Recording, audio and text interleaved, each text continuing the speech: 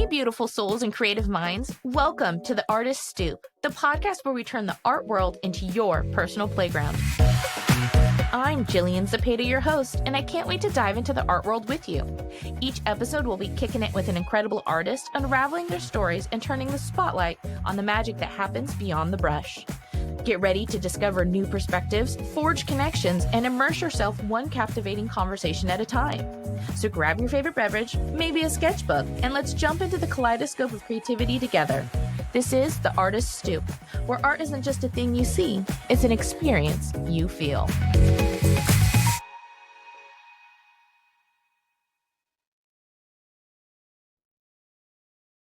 Hello, everyone, and welcome to another episode of the Artist Stoop. Today, I'd like to welcome our guest, Chanelle Jefferson. She is a contemporary artist from South Shore, Nova Scotia, known for her unique line work and spaces that foster meaningful connections. Chanelle's art bridges nature, everyday observations, and healing through her blind contour methods.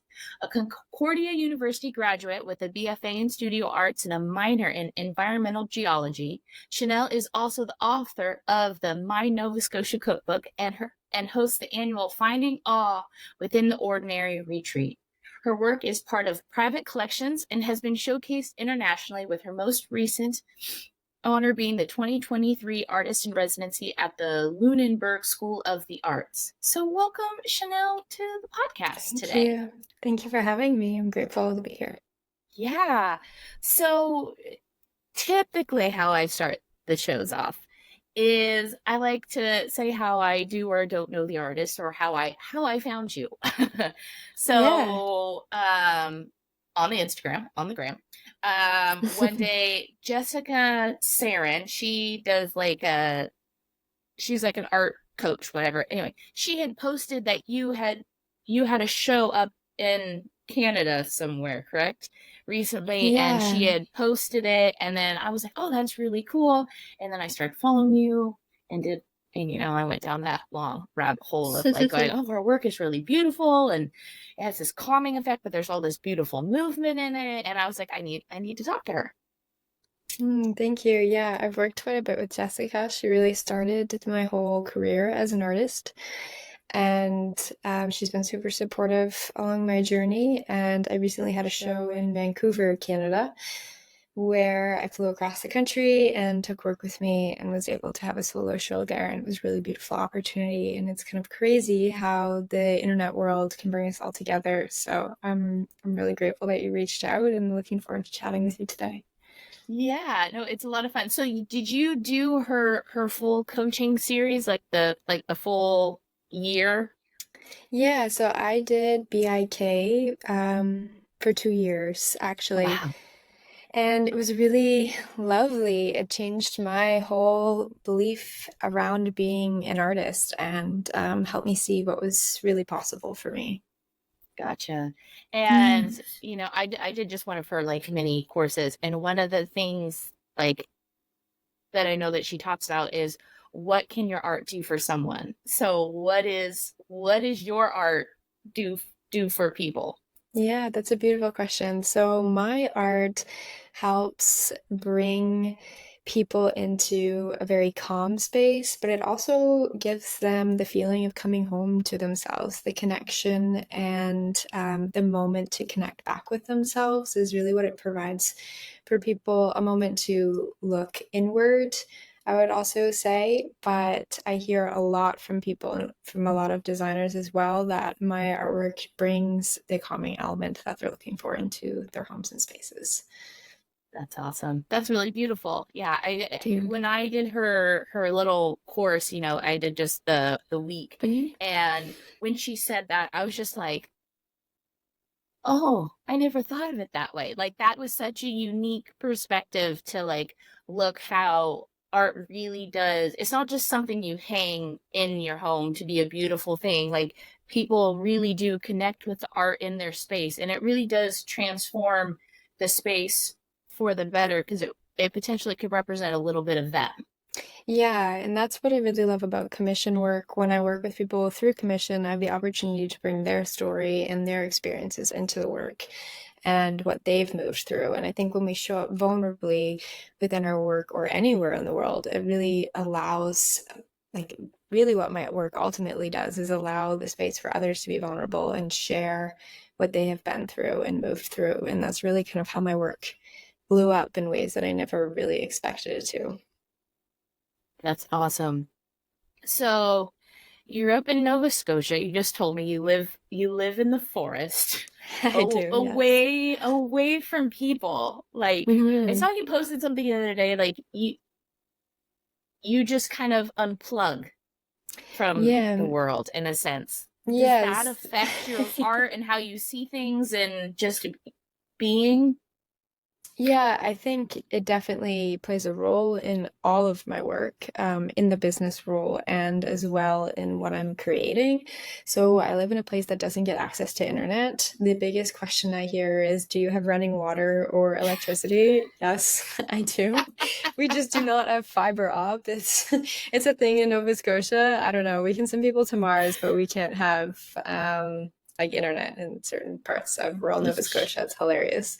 So yes, I have electricity and plumbing, and I live on a little lake. I don't have any neighbors, and like I could live there for a month and not see a single person, which is really lovely. It helps me come into myself. I think there's a lot of noise in the world, especially when we're growing businesses or as artists, we're really looking at so many other people, what they have done, and what should I do, and what should I make. And we don't often take the times to sit with ourselves and really observe what it is that our heart is calling for.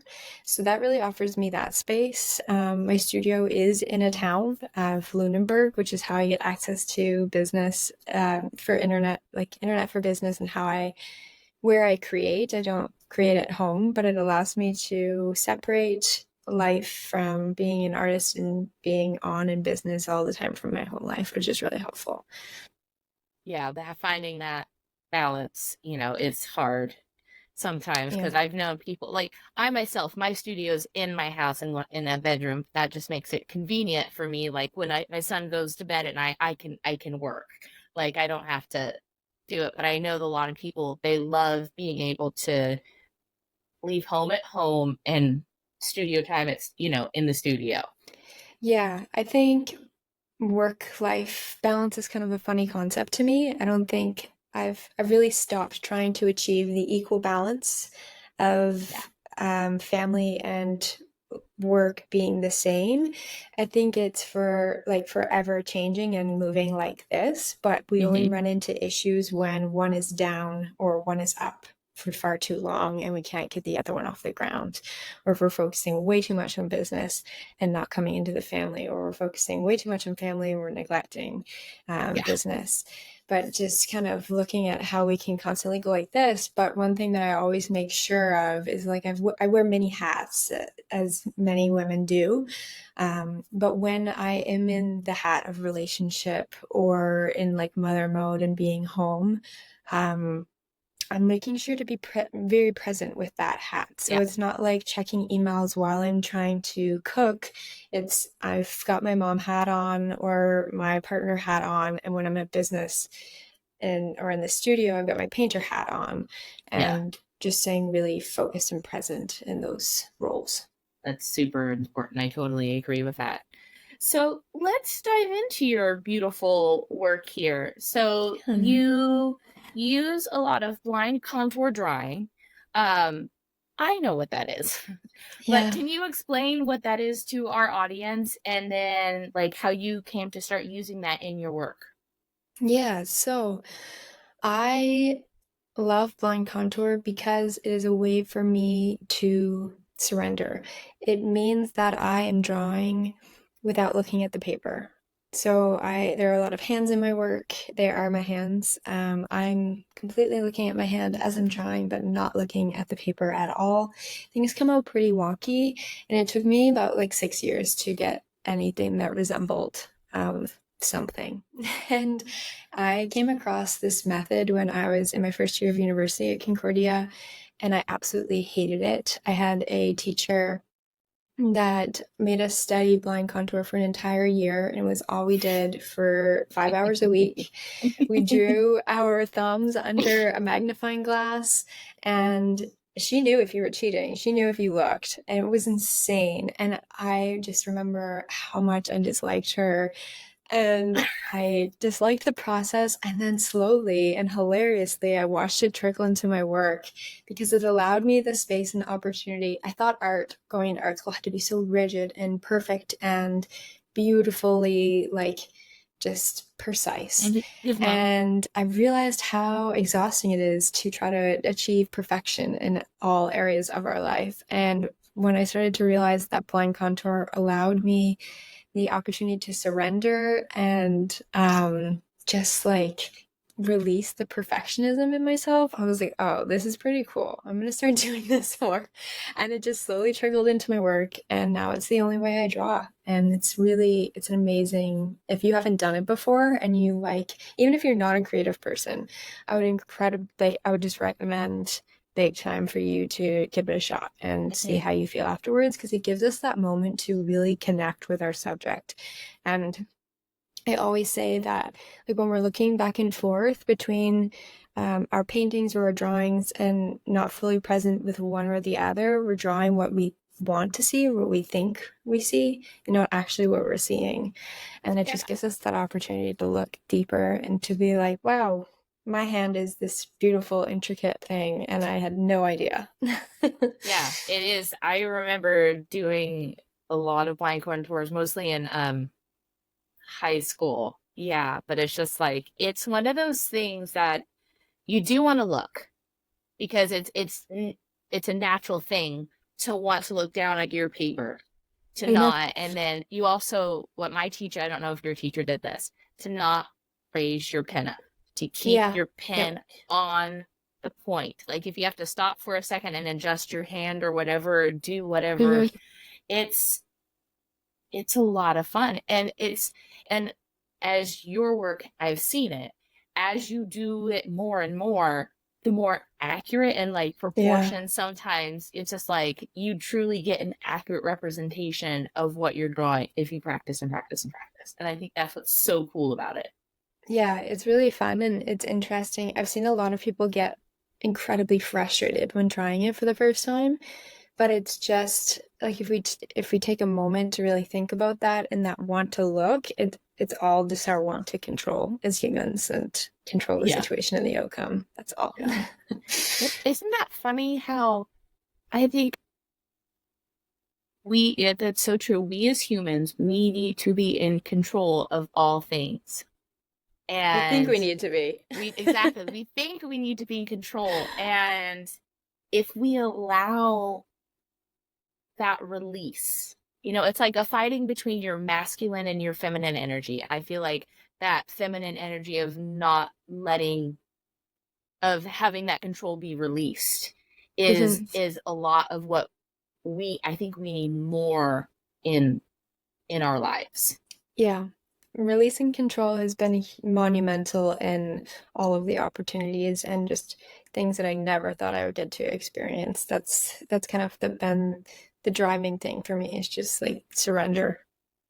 Yeah, because it's just like, you know, uh, in our life, like we can only control so much, but all the outside elements of our lives and decisions of other people that affect us, we can, and that's why we get so frustrated. But sometimes, whether it's in business or in relationships or whatever, being able to accept that you don't have control and you just have to let what comes at you comes at you, and you have to take it with a sense of grace, Hmm. and positivity.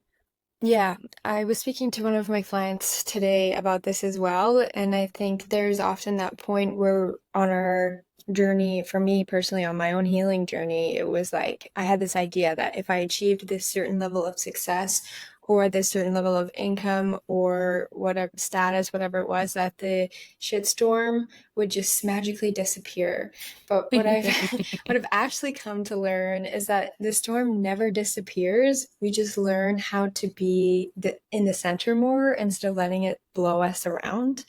And one of the things that I love to ask now is, how is this happening for me? Like, I fully believe that the universe is always happening for us and not to us, and to Yeah. kind of look at what gifts it is providing for us, even though some of it can be tragic and painful in the moment. It often is leaving us with a gift. Yes, it is.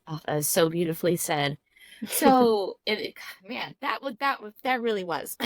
I'm Thank you. gonna I'm gonna listen back to this a few times and like write that down and maybe make a sign about that. That was awesome. So your work also has like a lot of nature in it, and it seems like Mhm. that's a really important aspect to you. So why and how do you bring that nature element into your work? Partly because it's so forgiving as well. Like, you can, when you're drawing nature, if you miss a petal, it's not like missing an eyeball. But it's also the connection that I have with nature. So I studied geology in school, and why I studied geology in school is a bit of a different story. But I am incredibly drawn to nature and always have been as a child, and just what it provides for us, and how it heals us. Nature is a big part of my own healing journey through trauma and just coming into myself. So, and I also think it's universal, right? Everybody has the ability to connect in some form or way through nature.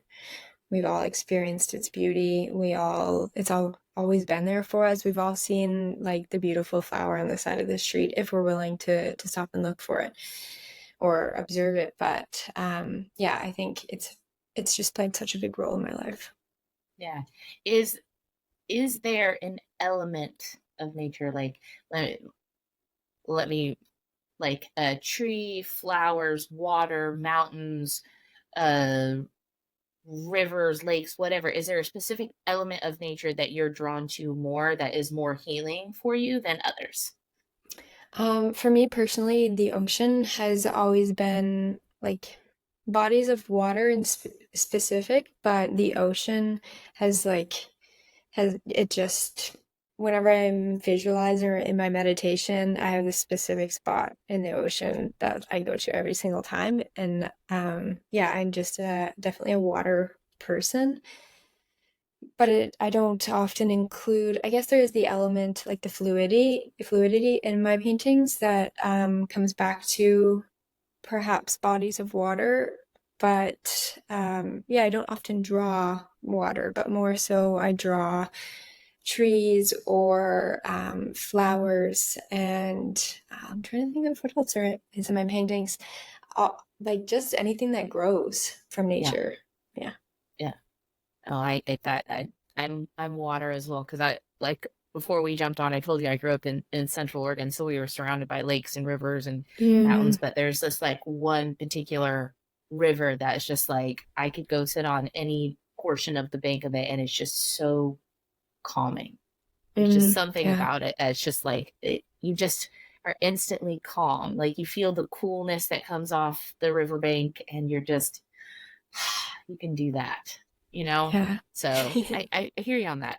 Um, so let's talk about this latest collection in your solo show. So it was Awesome. called Into the Light, and there are Yes. quite bigger pieces. And just I'm going to try and describe it for the audience, and then obviously I'll include it in the show notes. So there's these bigger pieces, and there's the black and white contour drawings of your hands, and then there was like mushrooms in another, and like all these different fun elements that were in black and white. But then you watercolor or gouache or something got painted or it has a lot of movement on it, and the backgrounds are mostly like a white or an off-white or something, and it just has this really beautiful balance and overlaying effect of the two.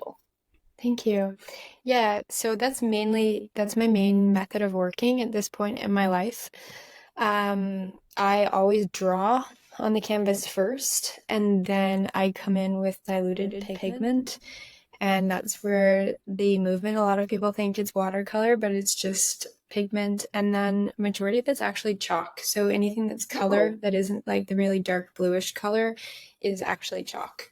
oh, Um, cool. it's really fun. I love to use chalk pastel, and that's actually the main material in the paintings. And so the series was really a lot of it was created on site, so actually outside, but it was really a way for me to share about my experience in bringing energy through me and not from me, if that makes sense. I was a person who was often exhausted by everything, and I spent a lot of time calling myself an introvert, but I also had a lot of healing to do. And I think we've, as society, um, we tell people that healing is a lifelong journey, that we will always be healing from something, Mhm.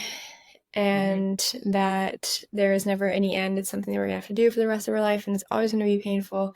But I have a very different belief that we can spend however long we want or it takes for us. Maybe it's a year, maybe it's 2 years, and we get through a lot of the healing. And then there is this beautiful thriving on the other side instead of survival mode that we live in when we're healing or moving through something.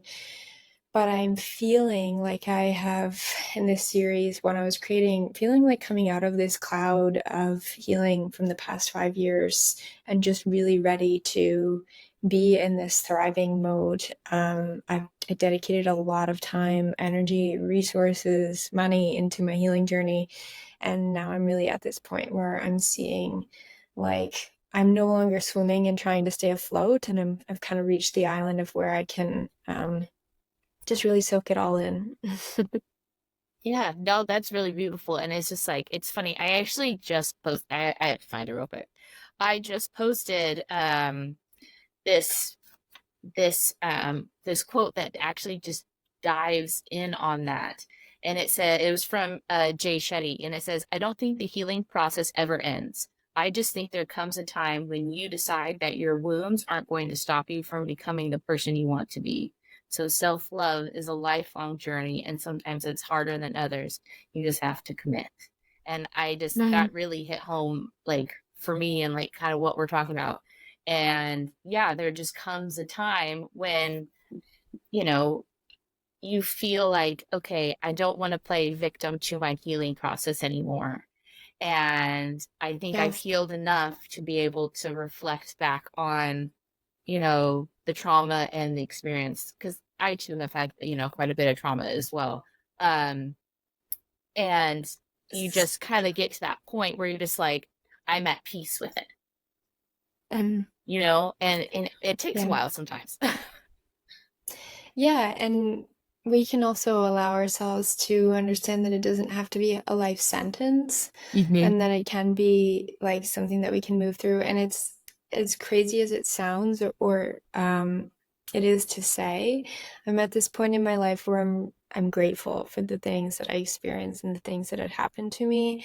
As horrific as some of them were, it's made me who I am today. It's made me be able to serve the people who I have served and also create the work that I'm creating. And I would not be able to do any of that without experiencing what I had been through. And I think there's just this level of newfound gratitude that I have for all of it. And that is really starting to come through my work. That's really beautiful, and I'm literally right there with you. I'm working on a collection right now that is going through processing uh my trauma because I'm finally away from it enough to be able to share my version of, my stories and whatnot. But then also, like, the goal of it is to help other women who've experienced that same trauma, like to share my Mm, version of it in a sense. I think that's really yeah. important. Yeah, And it is. And when we show up vulnerably to the canvas, it'll, like I said earlier, it allows the people who have been through something remotely similar because we're all humans. We've experienced many of the same things in different ways. yeah, But it allows them the space to know that they're not alone. And that's really what my work was at the beginning. It was kind of processing what I had been through on the canvas. But then there became this time where I was like, okay, I've processed all of this and I don't really have anything else to paint about. What now? And it was like, oh, I have to live and paint about living and thriving and celebrating. And it's okay to have a beautiful life now.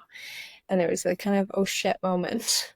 it's like a writer that, or a singer or whatever, is just like, I have no more pain to write about. Like Exactly. Yeah. you're like, I have no more So material. yeah, and that speaks to the art world as well. Like we're Yeah. kind of told that art has to be made off of our pain and suffering and not our beauty in life. And Yeah. it's really interesting to see how where it comes from. Yeah. And one of the things that I love is that, and I think this is a beautiful gift that we as artists get, that we were given this gift to share, being able to create, to share our stories, to connect people. Yeah. And I just think, whether it's if you're a writer, a musician, or us as artists, and I just think that that is one of the biggest gifts in this world because that, goes back centuries, that's how people truly, truly connect is through shared Yeah. experiences and stories.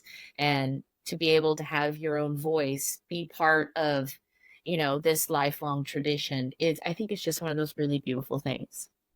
Yeah, I agree. Yeah. So you talk a lot about mindfulness and how it connects to your work, and then you also talk about your retreats. So can you tell us about those experiences at mindfulness and Yeah. how you work with that retreats with people and stuff? Yeah, so when I began sharing so vulnerably and openly about my story within my work, people were coming to me and sharing things with me that I was not equipped to handle. I did not have the proper training to know how to respond to someone who told me that they had just lost their son a few months ago, and this painting reminded them of him, or that they were struggling with abuse or whatever they were moving through. I had no idea. And I realized that very quickly. And I started my journey of becoming a counselor and practitioner just with the intention of learning to support people when they're reviewing my work. That was my only intention behind it, is how can I show up better for them and hold space for them when they're viewing my work and have better conversations. I'm always wanting to have more meaningful conversations in this world because I think that we need it. And I'm the first person at the dinner table to say, like, oh, how are you actually feeling? How are you moving through this? Not that I'm fine, thanks. Uh-huh. So that was really that kind of started the whole unfolding of the retreats and the support that I do for people in allowing them this space and just to see what's really possible for them. I love showing people what is possible for them when we work on our belief systems. So oftentimes in therapy, we believe that we have to go back into whatever we experienced and relive it and share our stories and really have to go back into the trauma. But with the training as a practitioner that I learned, it was more energy, mind, and emotions focused. So it focuses on recreating the belief system from like what the trauma created instead of having to go back into it. I don't need to hear unless you're wanting to share because a lot of people can't even remember it. That's how our brains keep us safe. Um, it's it's a way to protect us, and I don't need to hear your past story. I don't need to know all of the details of everything that you've been in and or been through in order to help you. But instead, we just focus on creating a new belief system and really looking at what is holding you back now and in the present. And that's really the work that we do at the retreats. And I host one a year. It's a really beautiful opportunity and brings incredible people. It's really fun to watch people who have collected my paintings, and the paintings have kind of opened up the door for them into the self-reflection, and they now want to go even further. So they come to a retreat, or they come to a retreat and then they purchase a painting. And it's this really beautiful back and forth experience. But they're incredible. The transformations that we see are profound with people. Just people are writing books after, people are starting businesses or quitting their jobs. And like I work a lot with psychosomatic illnesses, so people are no longer experiencing extreme physical pain. And it's just something I never thought would stem from my artwork. That's really cool how you came for for you to have the wherewithal to be able to say people are having these reactions to my work. I don't know how to do this. let me go and let me go and learn and be educated enough to come back and bring my artwork and then these conversations back full circle. That is Mm, that is really profound. thank you. I think I'm always wanting to look at how my work can expand, but also go deeper. And that was, yeah, I'm really grateful that I took that step. And it has supported so many people um, through my work, and like through artwork physically and through other modalities as well. Yeah. Has it changed how you view your own work and how you approach it than prior to Certainly. to what you were doing before? Yeah. At big time, especially like with commission work and in being able to hear their story and actually listen to them and bring that into the work. It's also changed the way that I show up based off of my like working to learning to work on my own belief system, like how I show up and what I believe is possible for me as an artist or what it is possible for me in this line of work. You know, we're told so often what to believe or how life should look as an artist, or that we have to be starving and struggling, and it's just not the case at all. We don't. No. Exactly. I love that. That's really I yeah, you're just giving me all the feels right now. Like I feel very calm talking to you. Like I hear whenever that I talk to often. whenever I talk to certain people, like I usually like feed off their energy like in conversations. Hmm. But right now I'm just like I just want to sit and have a cup of tea with you. Oh, thank you. Yeah, I hear that often. So I feel like that's my work, and your work is also ultimately an extension of you. So it doesn't surprise me to hear that. Uh, so I know doesn't have to do with your work, but I gotta ask, what's the cookbook? Yeah. How did you write a So cookbook? yeah, so when I was in university, I believe I was 19. I had gone on a very inspirational, I took a month or a semester, sorry, off of school and went on a very inspirational trip around Europe, backpacked, did all the lovely things, and came home.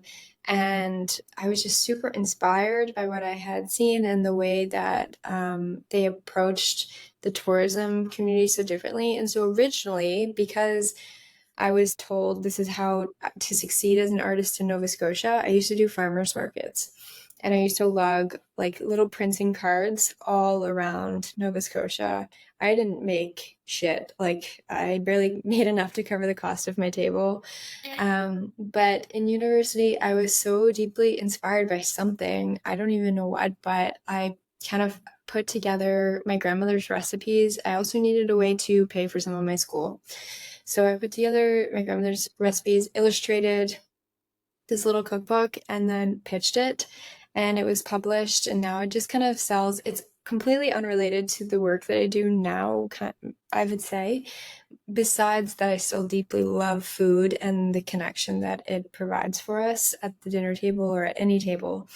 It just does its own thing. It's like it sells in a ton of stores in Nova Scotia. I have someone who distributes it, and it's been going strong for like 6 years now. Yeah, and it surprises me every year. So we sell a ton of books, and then this year I was approached by a publisher in Newfoundland, to do the same thing with traditional recipes in Newfoundland. So I've kind of been working behind the scenes, but there is a connection in the artwork. I mean, my artwork has evolved so much since I did this book when I was 19, and sometimes I look at it and I'm like, oh, gosh.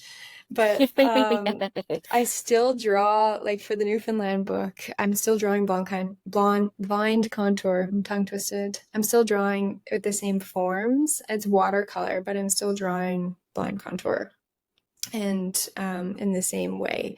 So that book will be out at the end of summer, and it'll just kind of passively do its thing and be distributed. And then yeah, it's a fun project. It's outside of my box a little, and it's just really sweet. I think it's a lot of fun because I saw that and I saw that like your drawings were you're in there and it's also obviously a very personal thing because they were your grandmother's recipes and now to go on and do Mm-hmm. this. But isn't it? I think it's interesting. I think cooking is an art form, 100%. Cooking Yeah, is of a course. 100%. Baking is Very science. much. Cooking is an art form. Yeah. You know. Yeah. Um, And I love that, just like art, food brings people together. And Mhm. I still think that it's this beautiful form of creativity that you get to, you know, do this other thing that still is meaningful to you or has, been Yeah. part of your life, and share another version of yourself with the world. Yeah, and when I first opened my studio, food is just so incredibly important to me and like the quality of food. And I love to give back through food as well. But when I first opened my studio, I loved doing creators dinners. I don't do them as much anymore. But I loved having people, like other artists or creative people, come in and we just all have dinner at the table together. Or I loved doing collectors dinners. So I would invite everybody who had collected my work throughout that year to come and have a dinner together. And so food has really kind of always been a big thing in my life. So to be able to do this book and honor the traditional ways of Newfoundland and how people gather in that province is really exciting for me. So I'm looking forward to being able to travel there and just also meet people when the book is released. It's a lot of fun. Ah, that's just Yeah. yeah, you're just a A joy lot to of talk weird to. ways. Yeah, no, and it is so true. And I love, computer almost fell off. I love that you did those collectors dinners, and I think that that's so important. One, to honor the people to who have purchased and supported you, but I also think it's really important to bring, all these different people who may not have normally have come together, but that Mhm. you were the person that brought them together. Yeah. It's really fun and I love creating an experience for people. So even when people purchase like I just interviewed some people actually today for some admin or like studio management team that I'm building and looking at how we can create this experience of people purchasing work like even more exciting and just like even more beautiful and inviting and creating more of an experience around it. Yeah, I think it's important because at the end of the day, one, it's your brand, and it also represents like you and who you are wanting. There's one thing for people to buy a painting and just say, okay, here you go. Here's your authentic certificate of authenticity, whatever. But then to Yeah. be able to create this, like you said, an experience around it, one, it makes them feel more important, like you actually Mhm. care about them, and it's not just, okay, here's my work, thanks for the money. Yeah, It's exactly. it Art is an has investment. it is an investment, and not only are they investing in the work, but they're also investing in you as a person. Yeah. Yes. And for you to create that, it's like you're investing back into them as well. That's I cool. mean, I agree. Love that. So, Miss Chanelle, if people wanted to buy or see your work, where can they do that? Yeah, so they can purchase or see my work online at chanellejefferson.com. And they can also view my work on Instagram. So that's my main platform. It's just Chanelle Jefferson underscore. I share a lot over there in the Instagram world, very vulnerable. I share a lot about life as an artist, but also business. And um, you will be able to see my work there as well. So that's beautiful. Well, thank you so much for coming on to the Artist Stage today and making us all feel super, super calm. At least Thank I'm you. really Thank you for hoping having that's what me. everyone, that's what you're getting at. You're all really calm, right? You all want to go take a nap and have a good cup of tea. All right. Well, thank you so much for coming on. I really enjoyed our conversation, and everyone who is listening, I will make sure to include her website, Instagram, and everything in the show notes for you to go and give her a follow and support her. Thank Thanks you. for coming. Thank you for having me.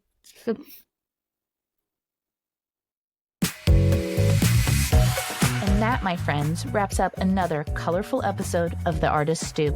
A huge thank you to our incredible guests for sharing their art and stories. If you enjoyed the conversation as much as I did, make sure to hit that subscribe button so you never miss out on the next Stoop chat. And don't forget to spread the love. Share your favorite episodes with fellow art enthusiasts, and let's build this community together. Connect with us on social media at JGuze Studio and Jillian Zepeda Art for behind-the-scene peeks, artist spotlights, and a sneak peek at my own art. Until next time, stay inspired, stay curious, and keep that creative fire burning. This is Jillian Zepeda signing off from the Artist Stoop. And remember, the world is your canvas, so paint it vividly.